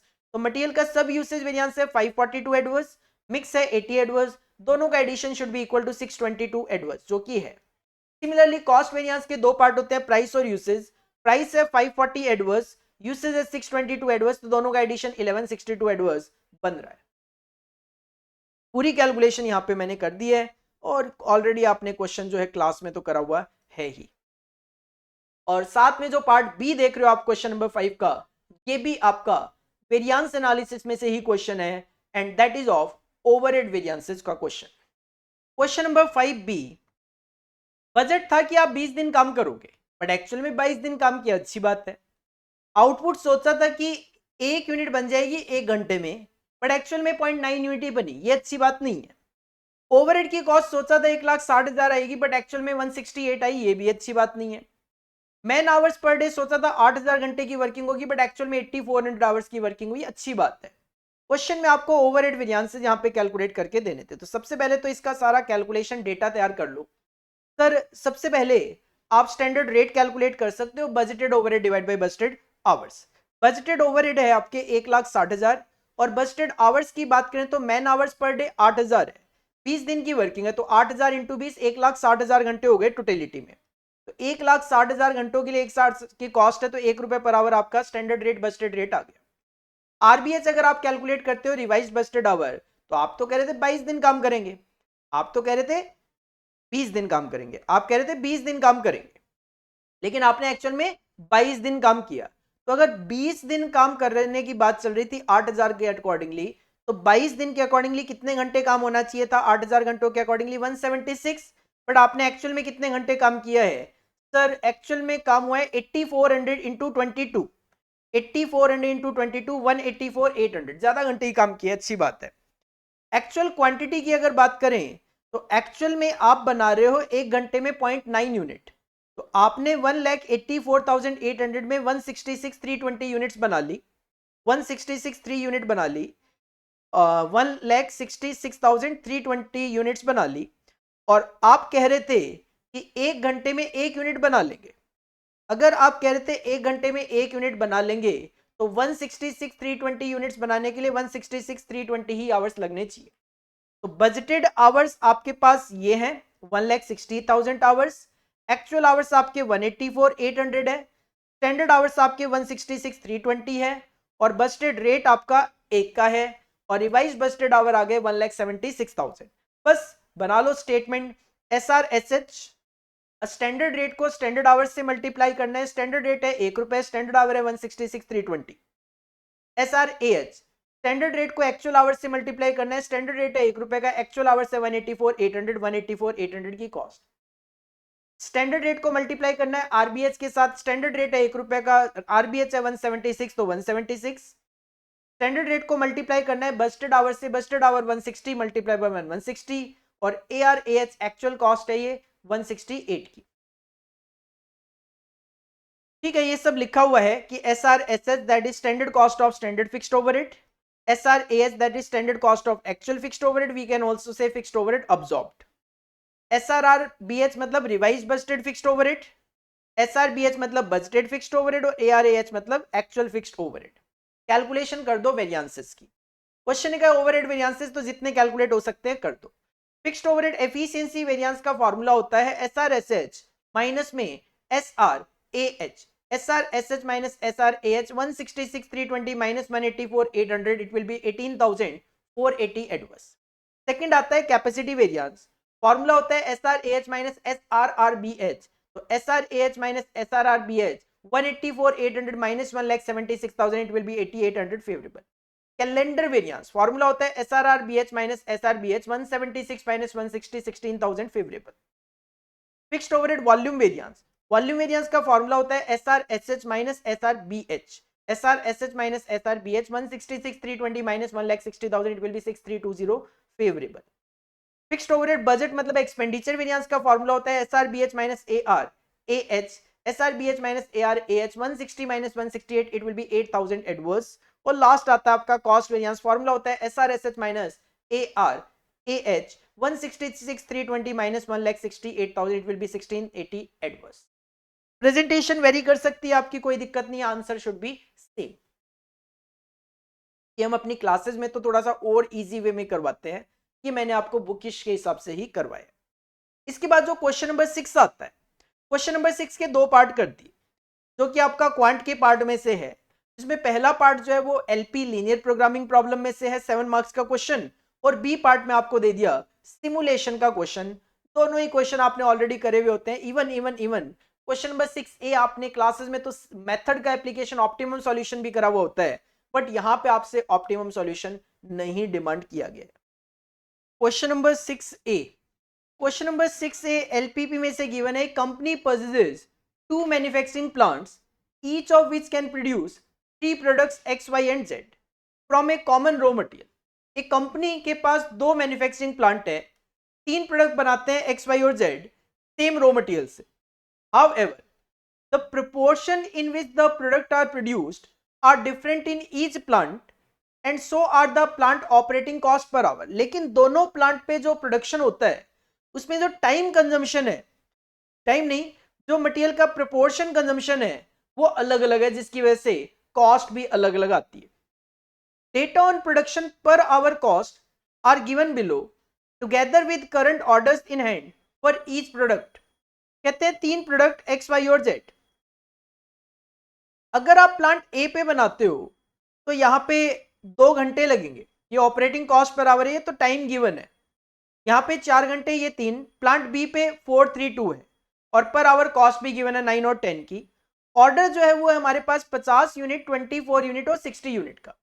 क्वेश्चन की डिमांड है develop a LPP to minimise the cost. देखो यहां पे क्वेश्चन ने ये नहीं बोला है कि ऑप्टिमम सॉल्यूशन बताओ, तो इसमें किसी भी तरीके का आपको कोई सिंप्लेक्स मेथड, ग्राफिकल मेथड का एप्लीकेशन करके क्वेश्चन को सॉल्व नहीं करना है। इसमें केवल और केवल एलपीपी इक्वेशन बनाकर ही जस्ट आपको शो करनी होती है। हालांकि ये क्वेश्चन सेम अपने स्टडी मटेरियल में भी देखने को मिलता है, जिसमें उन्होंने बोला है कि ऑप्टिमिलिटी टेस्ट करके दिखाओ, तो वहां पे ऑप्टिमम सॉल्यूशन दिखाया गया है। But as per exam point of view से बात करूं, 7 मार्क्स में कभी भी आपसे सिंप्लेक्स मेथड का एप्लीकेशन नहीं करवाया जा सकता, क्योंकि सिंप्लेक्स मेथड का एप्लीकेशन करवाना मतलब टाइम कंज्यूमिंग क्वेश्चन, और वो फिर 14 मार्क्स का ही होगा। तो ये चीज ध्यान रखना कि एलपीपी बोले कि develop a LPP to minimise the cost, तो उसमें सिंप्लेक्स मेथड का सॉल्यूशन नहीं करना होता, केवल और केवल इक्वेशन आपको बनाकर देनी होती है। तो सबसे पहले यहां पे मैंने बोल दिया लेट अल्फा या a be number of hours of plant A in use, और बी बीटा एज्यूम कर लिया प्लांट बी के लिए इन यूज। ऑब्जेक्टिव फंक्शन क्या होता है? Minimise the cost, minimise the hours और मैक्सिमाइज द कंट्रीब्यूशन। तो यहां पे आपके पास गिवन है कॉस्ट, तो इसको मिनिमाइज करना है, तो it will be 9a plus 10b।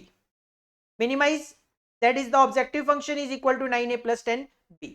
Subject to constant. Constants क्या है देख लो सर। कांस्टेंट्स ये है कि 2x जो है, प्रोडक्ट x जो है वो 50 यूनिट है, और यहां पे प्लांट ए में 2 घंटे, प्लांट बी में 4 घंटे। तो 2a plus 4b that should be greater than or equal to 50 constant for order in hand of product X. Similarly, 4a plus 3b should be greater than or equal to 24, और यहां पे 3a plus 2b that should be greater than or equal to 60 units. Non negative function a और b जो है that should be greater than or equal to 0, या हम कहें तो 0 से कम नहीं होना चाहिए। अब इसके बाद क्या है, मैंने थोड़ा सा और यहाँ पे इक्वेशन बना के दिखाई है। Introducing non negative surplus variable, slack variables भी इसको बोलते हैं, सरप्लस वेरिएबल भी बोल देते हैं। तो S1, S2, S3 क्योंकि 3 आपकी इक्वेशंस हैं, और आर्टिफिशियल वेरिएबल्स A1, A2 और A3। तो कांस्टेंट कैसे लिखोगे? 2a plus 4b minus S1 plus A1, मतलब ये दोनों एक साथ लेने हैं, शुड बी इक्वल टू 50। इस ग्रेटर देन और इक्वल टू को इक्वल बनाने के लिए ऐसा किया जाता है, जैसा कि आपको पता ही होगा। 4a plus 3b minus S2 plus A2 should be equal to 24। 3a plus 2b minus S3 plus A3 should be equal to 60। तो द LPP जो फाइनल इक्वेशन बनेगी वो बनेगी जो सिंप्लेक्स मेथड के लिए यूज की जाएगी, Z is equal to 9A plus 10B plus 0S1 plus 0S2 plus 0S3 plus MA1 plus MA2 plus MA3। इस तरीके से आपकी फाइनल इक्वेशन यहां पे क्रिएट की जाती है। किसी तरीके का कोई सिंप्लेक्स एप्लीकेशन नहीं करके देना है, ध्यान रखना। 7 मार्क्स की वेटेज में क्वेश्चन बोले ऑप्टिमम करके दो तभी और तभी करके देना, अदरवाइज 14 मार्क्स का क्वेश्चन है तो आप सिंप्लेक्स मेथड का एप्लीकेशन करके दे सकते हो। इसके बाद अगर आप आगे बढ़ते हो क्वेश्चन नंबर 6B की तरफ, तो 6B गिवन आपके पास सिमुलेशन में से, सिमुलेशन का क्वेश्चन है, अच्छा क्वेश्चन है, आप ऑलरेडी क्लासेस में करते हो अपने। The manager of a book store has to decide the number of copies of a particular text law book to order. एक बुक की जो कॉस्ट है वो 60 रुपए है, बेच देते हो 80 रुपए में, 20 रुपए का प्रॉफिट हुआ। Since some of the text law change year after year, हमें पता है कि टेक्स्ट में आती है amendment. Any copies unsold while the edition is current must be sold for 30। अगर कोई भी कॉपी अनसोल्ड रह गई तो वो 30 रुपए में बेचनी पड़ेगी, तो इससे हो जाएगा 30 रुपए का नुकसान।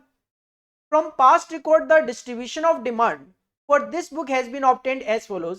कहते हैं डिमांड जो है वो 15 कॉपीज से लेकर 22 कॉपीज तक हो सकती है, 15, 16, 17, 18, 19, 20, 21, 22, जिसकी प्रोबेबिलिटी ये है 0.05, 0.08, 0.20, 0.45, 0.10, 0.07, 0.03 और 0.02। अगर इसका टोटल किया जाए तो ये 100 बन गया, बिल्कुल बन गया। Using the following sequence of random number given है हमारे पास, generate the demand for 20 time period, 20 years के लिए डिमांड हमें बतानी है। Calculate the average profit obtainable under each of the course of action open to the manager, recommend the optimal policy. और ये आपके पास रैंडम नंबर्स गिवन है। तो सर ठीक है, हमें जैसा कि पता है कि सिमुलेशन में सबसे पहले तो रैंडम नंबर रेंज प्रिपेयर की जाती है। तो table showing range of random number, demand हो सकती है आपकी 15 से लेकर 22 तक। तो सबसे पहले डिमांड कॉपी कर दी, 15, 16, 17, 18, 19, 20, 21 और 22। प्रोबेबिलिटी प्रोपोर्शन जो गिवन है वो कॉपी कर लो, 0.05, 0.08, 0.20, 0.45, 0.10, 0.07, 0.03 और 0.02। सर प्रोबेबिलिटी होगी कॉपी, इसको कर लेते हैं हम cumulate. 0.05 plus 0.08.13 plus 0.20.33 plus 0.45.78 plus 0.10.88, 0.07 को ऐड किया 0.95 प्लस 0.03.98 प्लस 0.021 बन गया। जो रेंज होती है वो 0 से 99 होती है, तो ये हो जाएगा 0 से 4, नेक्स्ट 5 से 12, देन 13 से 32, देन 33 से 77, 78 से 87, 88 से 94, 95 से 97, 98 और 99। जैसा कि क्वेश्चन ने ऑलरेडी बता दिया है हमें कि बुक की कॉस्ट तो 60 रुपए, सेलिंग प्राइस 80 है, तो प्रॉफिट आपका 20 रुपए होगा, और जो अनसोल्ड बुक है उसका सेलिंग प्राइस रहेगा 30 रुपए। ये डेटा तो हमारे पास गिवन है, तो हमें सिमुलेशन करके देना है 20 साल के लिए। तो सबसे पहले ईयर लिख दिए हैं 1 से लेकर 20 तक।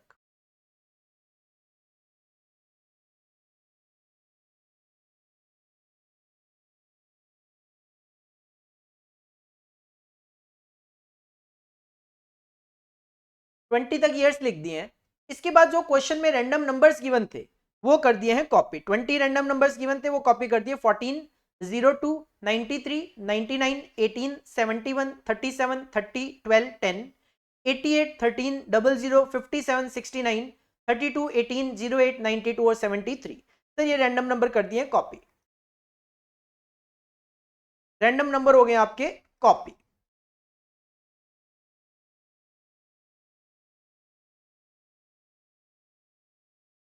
रैंडम नंबर कॉपी करने के बाद इस रैंडम नंबर के बेसिस पे आप कैलकुलेट कर लो डिमांड।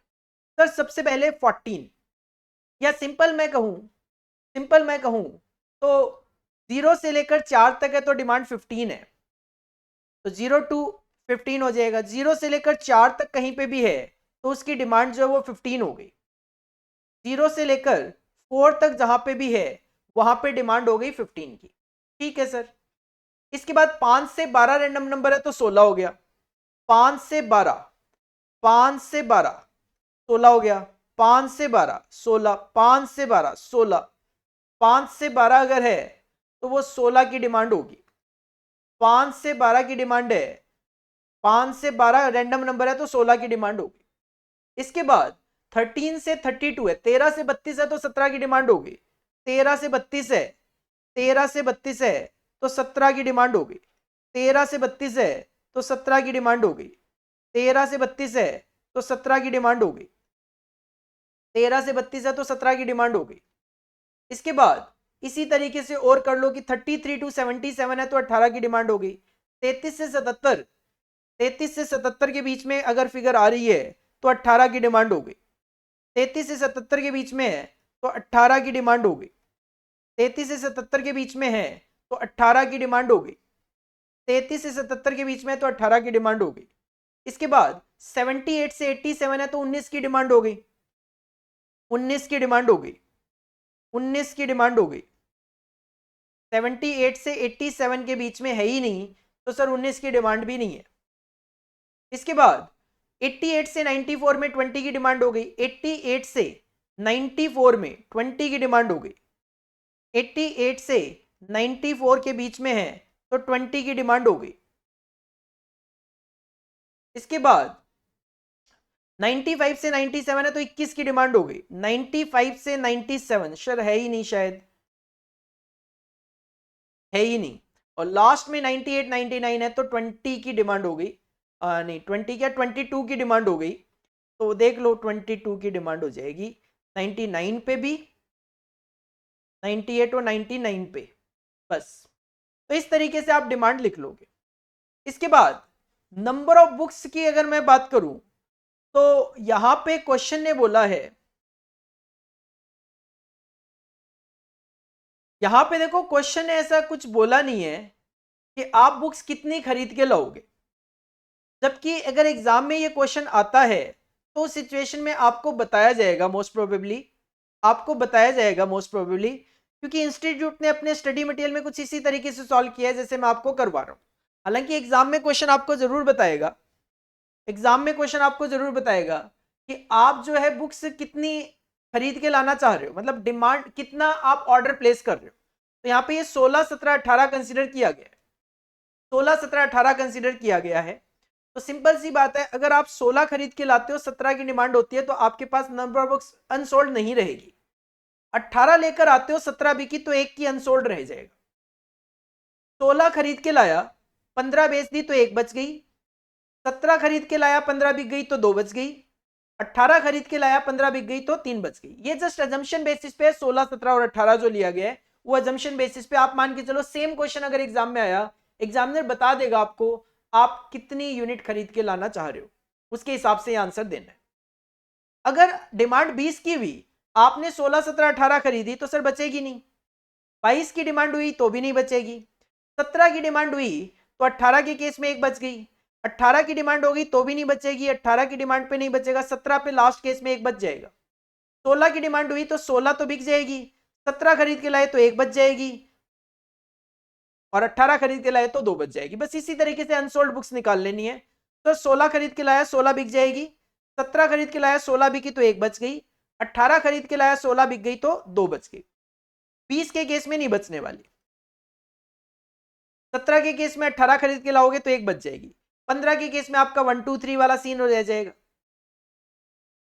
18 के केस में नहीं बचनी आपके पास, 18 के केस में नहीं बचनी। 16 के केस में 18 खरीद के लाओगे तो एक बच जाएगी। 16 खरीद के 16 बिकेगी तो 17 के केस में एक और 18 के केस में दो बच जाएगी। 20 के केस में नहीं बचने वाली, 16 17 18, 18 बेच दोगे पूरी तो भी नहीं बचने वाली। तो ये आपकी अनसोल्ड यूनिट कुछ इस तरीके से आप कैलकुलेट यहां पे कर सकते हो, कर सकते हो।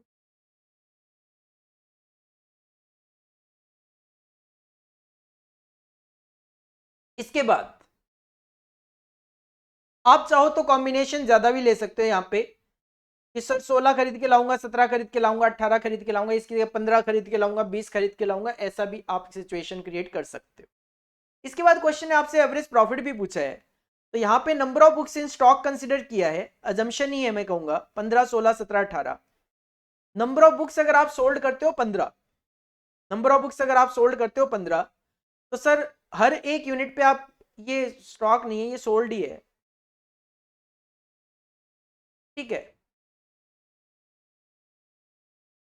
अगर आप नंबर ऑफ बुक्स जो है वो सोल्ड करते हो 15, तो यहां पे लिख दिया था मैंने कि एक यूनिट को बेचकर 20 रुपए का प्रॉफिट है, तो आप प्रॉफिट कितना कमाओगे, 300 रुपए का। 15 इंटू 20, 300 रुपए का। 20 साल का कैलकुलेशन है, ये 6,000 रुपए हो गए, तो एवरेज प्रॉफिट आपका 300 रुपए पड़ गया। 16 यूनिट अगर आप बेच रहे हो, 16 यूनिट अगर आप बेच रहे हो, तो इस सिचुएशन में 16 इंटू 20, सर 320 रुपए का प्रॉफिट हुआ। 320 रुपए का नंबर ऑफ बुक सोल्ड है ये, अच्छा नंबर ऑफ बुक सोल्ड है ये 20 साल है कि 15 अगर आप बेचते हो तो 300 बिक जाएगी, हर एक पे 20 रुपए का प्रॉफिट कमाया तो 6,000 रुपए का प्रॉफिट, तो पर एनम 300।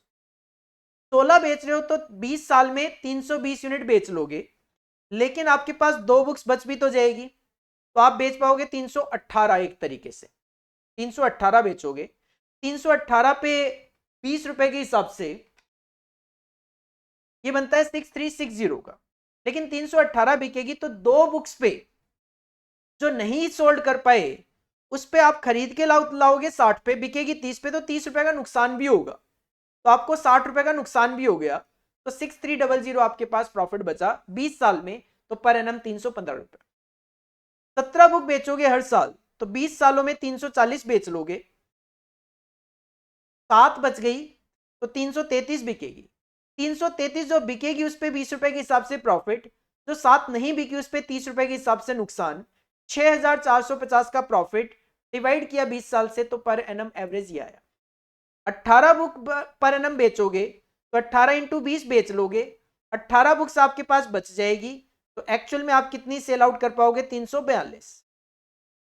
342 अगर बेचोगे 20 रुपए के हिसाब से प्रॉफिट कमाओगे, 18 जो बच गई उस पर 30 रुपए के हिसाब से नुकसान, तो 6300 का प्रॉफिट आएगा, एवरेज वही 315। तो एवरेज प्रॉफिट जो है वो 322.5 मैक्सिमम है, तो आपको 17 जो बुक्स है वो खरीद के लानी चाहिए एक तरीके। 17 बुक्स जो है वो आपको स्टॉक में रखनी चाहिए, ये भी सोल्ड भी नहीं है, ये स्टॉक में रखनी चाहिए, या जो भी प्रोड्यूस करनी है आप कह सकते हो वो रखनी चाहिए, क्योंकि इस पे आपको मैक्सिमम टू मैक्सिमम प्रॉफिट देखने को मिल रहा है। बाकी सिचुएशन और भी आप कंसिडर कर सकते हो, 16 17 18 की बजाय 15 अदरवाइज भी कंसिडर की जा सकती है, लेकिन वो क्यों नहीं की है वो बता देता हूं मैं आपको। वो इसलिए नहीं की है क्योंकि अगर आप डिमांड देखोगे ना, तो डिमांड मिनिमम कितनी है आपकी, 15 की डिमांड, कितनी आपकी मिनिमम 15 की डिमांड है, तो सर 15 से नीचे जाने का कोई लॉजिक नहीं है, क्योंकि जब मुझे पता है कि कम से कम 15 की डिमांड होनी है, तो 15 बुक्स तो स्टॉक में रखूंगा ही ना, 15 बुक्स तो मैं स्टॉक में रखूंगा ही। 18 से ऊपर आप जा सकते हो, 18 से ऊपर आप जा सकते हो, लेकिन 18 से ऊपर जाने का भी कोई लॉजिक नहीं है, क्योंकि अगर आप ज्यादा स्टॉक रखोगे 19-20 का, तो आप देखोगे कि मोस्ट ऑफ द ईयर्स जो है, मोस्ट ऑफ द ईयर्स जो है 20 साल में 18 से ऊपर है ही कितना, 1 2 3, केवल और केवल 4 साल ही तो है।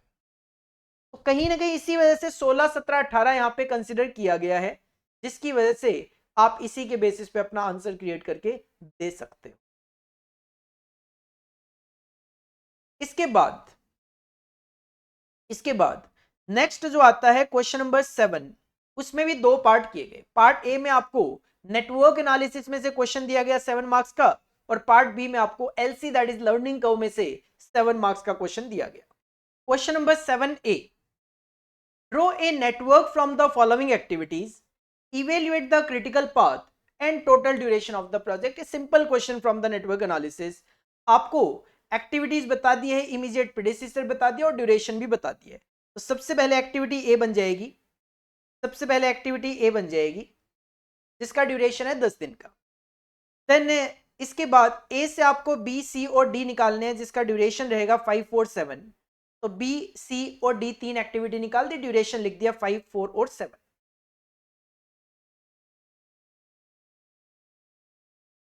इसके बाद आपको बी और सी कंबाइंड करके ई एक्टिविटीज निकालनी है, ड्रॉ करनी है।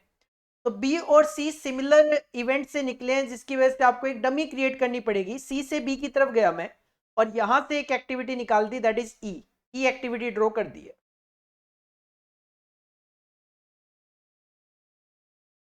इसका ड्यूरेशन रहेगा 6 डेज का। देन क्वेश्चन है सी और डी से एफ एक्टिविटी ड्रॉ करनी है। तो सी और डी भी सिंगल इवेंट से निकले थे, तो सी से मैं डी की तरफ गया और यहां से एक्टिविटी एफ ड्रॉ कर दी है, जिसका ड्यूरेशन रहेगा आपका 4। और फाइनली आपको ई और एफ से कंबाइंड जी एक्टिविटीज ड्रॉ करनी है। तो ई और एफ से कंबाइंड एक्टिविटी आपने ड्रॉ कर दी जी, जिसका ड्यूरेशन है 7 डेज का। पाथ की अगर मैं बात करूं, पहला पाथ है ए बी ई जी, जिसका ड्यूरेशन बनता है 28। दूसरा पाथ है मैं ए से सी पे जाऊं, सी से ई की तरफ मूव ऑन करके जी पे पहुंच जाऊं, ड्यूरेशन बनता है 27। तीसरा पाथ बनता है ए से सी की तरफ जाकर फिर मैं मूव कर जाऊं एफ की तरफ और जी की तरफ चला जाऊं, ड्यूरेशन बनता है 25 डेज। और चौथा जो पाथ बनता है वो बनता है ए से डी, डी से एफ और एफ से जी की तरफ, तो भी ड्यूरेशन आता है 28 डेज। क्वेश्चन का क्रिटिकल पाथ क्या है, तो दो क्रिटिकल पाथ है, A B E G and A D F G, क्योंकि इसका मैक्सिमम ड्यूरेशन 28 डेज आ रहा है और यही total duration of the project भी है 28 days. Simple question, simple answer. इसके बाद क्वेश्चन नंबर 7 बी की तरफ जब हम जाते हैं तो क्वेश्चन नंबर 7 बी आपको देखने को मिल जाता है फ्रॉम लर्निंग कर्व, 7 मार्क्स का question. The usual learning curve model is y is equal to A x की power b, where y is the average time per unit, पता है सर हमें for x units, and a is the time for first unit, x is first unit and x is the cumulative number of units. p is the learning coefficient and a is equal to log 0.8 upon में log 2, value होती है इसकी -0.322 for a learning rate of 80%। ये index value given आपके पास, जरूरत नहीं है इसकी वैसे, इंडेक्स की वैल्यू तो गिवन होती है बट ये तो नहीं बताता नॉर्मली क्वेश्चन की y का मतलब क्या है, a का मतलब क्या है, x का मतलब क्या है, b का मतलब क्या है। गिवन दैट पहली यूनिट को बनाने में 10 घंटे लगेंगे। You are required to calculate average time बताना है 20 यूनिट के लिए, टोटल टाइम बताना है 30 यूनिट्स के लिए। 31 से 40 यूनिट जो बनाओगे उसके लिए टाइम कितना लगेगा वो बताओ। log 2 की वैल्यू गिवन है, एंटी लॉग 0.5811 की वैल्यू गिवन है, log 3 की वैल्यू गिवन है, एंटी लॉग 0.5244 की वैल्यू गिवन है, log 4 की वैल्यू गिवन है और एंटी लॉग 0.4841 की वैल्यू भी गिवन है। तो सर क्वेश्चन को स्टार्टिंग से देखते ही पता लग गया था y is equal to A x की पावर b का एप्लीकेशन आपको यहाँ पे करना है।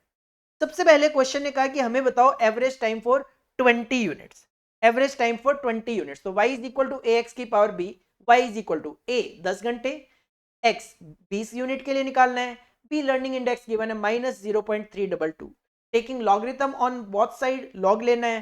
तो log y is equal to log 10 plus log 20 की power -0.322, log y is equal to log 10 minus 0.322 multiply by log 20। log 10 की वैल्यू होती है 1 माइनस 0.322 और log 20 की जो वैल्यू है, log 20 की जो वैल्यू है वो आपके पास log 2 की वैल्यू गिवन है, log 10 के लिए हम 1 लेते हैं तो ये हो गया 1.0301। अकॉर्डिंगली मल्टीप्लाई करिए, वैल्यू निकाली तो ये 0.5811 आया, जिसका एंटी लॉग की वैल्यू भी गिवन आपके पास 3.812। तो 3.812 is the average time per unit जब आप 20 यूनिट बनाते हो तब। तो एक यूनिट में टाइम लगेगा 3.812, तो 20 यूनिट के लिए टाइम लगेगा 76.24 आवर्स। सेकंड पॉइंट में क्वेश्चन जानना चाहता है टोटल टाइम बताओ 30 यूनिट्स के लिए। तो x की जगह 30 लिख लो, x की जगह 30 लिख लो। तो log y is equal to 1 minus 0.322 multiply by log 30, log 3 की वैल्यू, तो log 3 की वैल्यू 0.4771 है, 10 के लिए 1 आ जाएगा तो ये 1.4771 हो गया।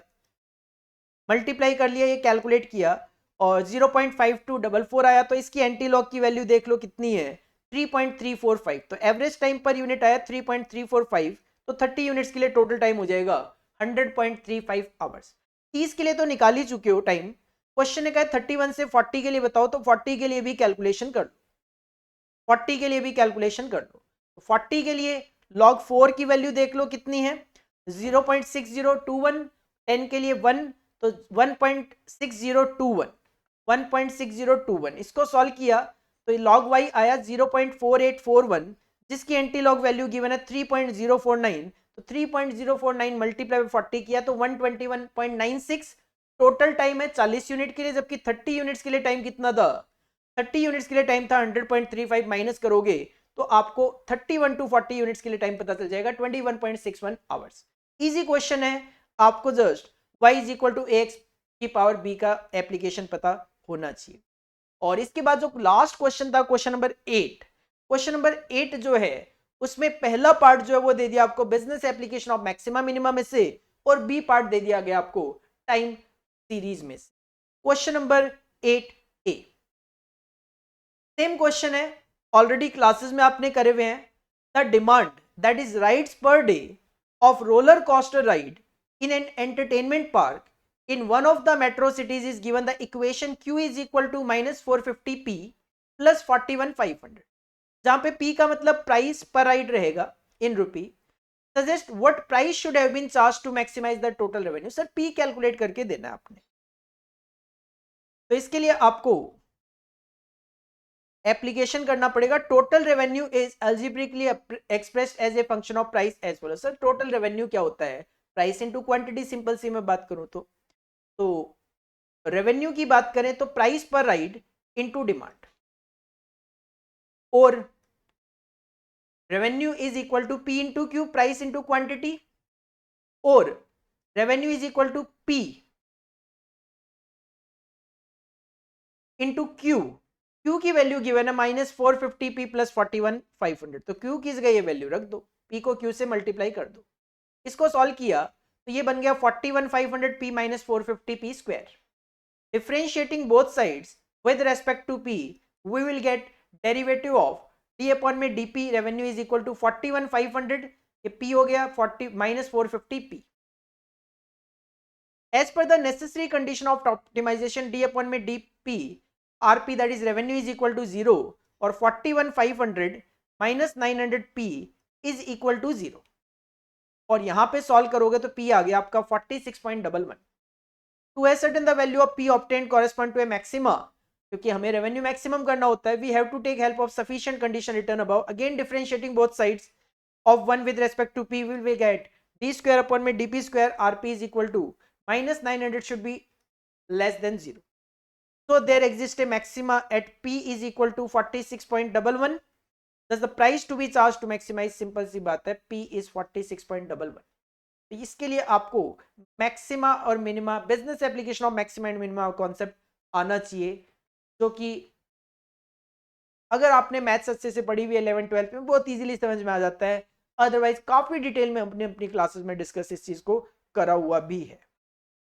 और नेक्स्ट जो लास्ट क्वेश्चन 8B है वो आपके लिए इजी ही है, क्योंकि ये आप OM इंटर में भी पढ़ते हो, और यहाँ पे टाइम सीरीज में अगेन गिवन है SCM के अंदर।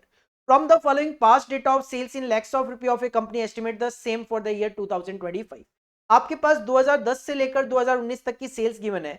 Assume the trend line to be linear, monthly rate of increase of sales भी बताना है। तो सिंपल सी बात है, सबसे पहले तो आपको एक स्टेटमेंट बनाना है। इक्वेशन होती है y is equal to a plus b x, but इसके लिए आपको सबसे पहले तो एक स्टेटमेंट बनाना है, जिसमें आप सबसे पहले क्वेश्चन का डेटा कॉपी करोगे 2010 से लेकर 2019 तक की जो सेल्स क्वेश्चन में गिवन है वो आप सबसे पहले कॉपी कर लोगे। तो यहाँ पे 2010 से लेकर 2020 तक की, 2010 से 19 है बिल्कुल, 2010 से लेकर 2019 तक की जो सेल्स गिवन है वो कॉपी कर दिए मैंने। सेल्स को आप y से इंडिकेट कर दिया करते हो, तो ये आपका टोटल कर दिया, तो ये सिग्मा y आपको पता चल गया। x कितने इयर्स थे, 1 2 3 4 5 6 7 8 9 10 साल थे। 10 साल थे तो जीरो तो हम ले नहीं सकते, तो मैंने क्या किया, नीचे के 5 सालों में पॉजिटिव फिगर और ऊपर के 5 सालों में नेगेटिव फिगर ले ली। 13579 तो माइनस 13579, क्योंकि सिग्मा x जो है वो हमें जीरो बनाना होता है। एक तो अपने को एक्स वाई की जरूरत पड़ती है, तो एक्स को वाई से मल्टीप्लाई कर लिया, 15.3 into 9, 14.6 into minus 7, 16.8 into minus 16.8 into minus 5, 17.3 into minus 3, 17.2 into minus 1, 20.9 minus multiply by 1, 22.3 multiply by 3, 20 into 5, 23.1 into 7, 24.5 into 9, और इसका सिग्मा एक्स वाई कर लिया।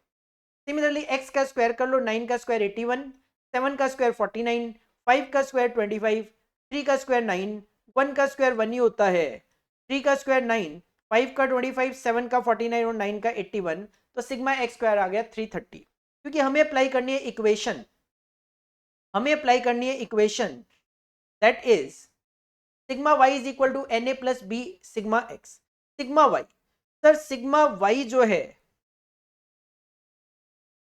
सिग्मा y है 192, सिग्मा y है 192, एन ए, एन क्या है, नंबर ऑफ ईयर्स है 10, और बी सिग्मा एक्स को लिखने की जरूरत नहीं है क्योंकि सिग्मा एक्स तो 0 है, तो ये 0 ही वैल्यू हो जाएगी, तो इसको सॉल्व किया तो ए आ गया 19.2। सेकेंड इक्वेशन अप्लाई करी, sigma x y is equal to a sigma x plus b sigma x square, तो sigma x y, sir sigma x y जो था वो टोटल था आपका 177, ये जो है ये है सिग्मा एक्स ए, सिग्मा एक्स 0 है तो ए 0 हो गया, बी सिग्मा एक्स स्क्वायर, तो सर एक्स स्क्वायर का जो टोटल था वो था आपका 330, तो 330 बी इसको सॉल्व किया तो बी आ गया 0.536, तो लीनियर इक्वेशन बन गई आपकी 19 y is equal to a plus b x, तो 19.2 plus 0.536 b, that is x, ठीक है, 19.2 प्लस 0.536x। क्वेश्चन ने क्या बोला था, क्वेश्चन ने बोला था कि सेल्स बताना 2025 के लिए, 2019 तक आपने वैल्यूज ली हुई थी x की 9, तो 2020, 21, 22, 23, 24, 25 दो बढ़ाते जा रहे थे, दो बढ़ाते गए, तो x की वैल्यू आई 21, तो बस x की जगह 21 रखा, अकॉर्डिंगली आपको सेल पता चल गई 2025 की 30.456 लैक्स। क्वेश्चन ने कहा था मंथली रेट ऑफ इंक्रीज भी बताओ, तो b जो होता है वो रेट ऑफ इंक्रीज ही होता है, लेकिन ये जो है ये ईयरली है, तो सिंपल सी बात है 0.536 है 12 महीने में, तो 0.04467 जो है that will be increase monthly basis पे। सेम क्वेश्चन आपने अपनी क्लासेस में ऑलरेडी करा हुआ है, आपके स्टडी मटेरियल में भी ये क्वेश्चन गिवन है। तो इस तरीके से ये आपका पूरा का पूरा स्ट्रेटेजिक कॉस्ट मैनेजमेंट का model question paper set 1 release किया इंस्टीट्यूट ने जून 2025 के लिए, जिसका हमने 100% यहाँ पे सॉल्यूशन डिस्कस किया है। थ्योरी क्वेश्चन टीक्यूएम का था, उसका सॉल्यूशन एक बार आप रीड करके देख सकते हो, बाकी तो सारे के सारे क्वेश्चन जो हैं हमारे रजिस्टर्ड स्टूडेंट हैं वो ऑलरेडी ये सारे के सारे क्वेश्चंस करके बैठे हैं अपनी क्लासेस के अंदर, वीडियो क्लासेस के अंदर, बट फिर भी एक बार मॉडल क्वेश्चन पेपर हम देख लेते हैं, सॉल्व कर लेते हैं उसको, तो एक कॉन्फिडेंस लेवल इंक्रीज हो जाता है कि सर हाँ हम एग्जाम का पेपर भी सॉल्व कर पाएंगे।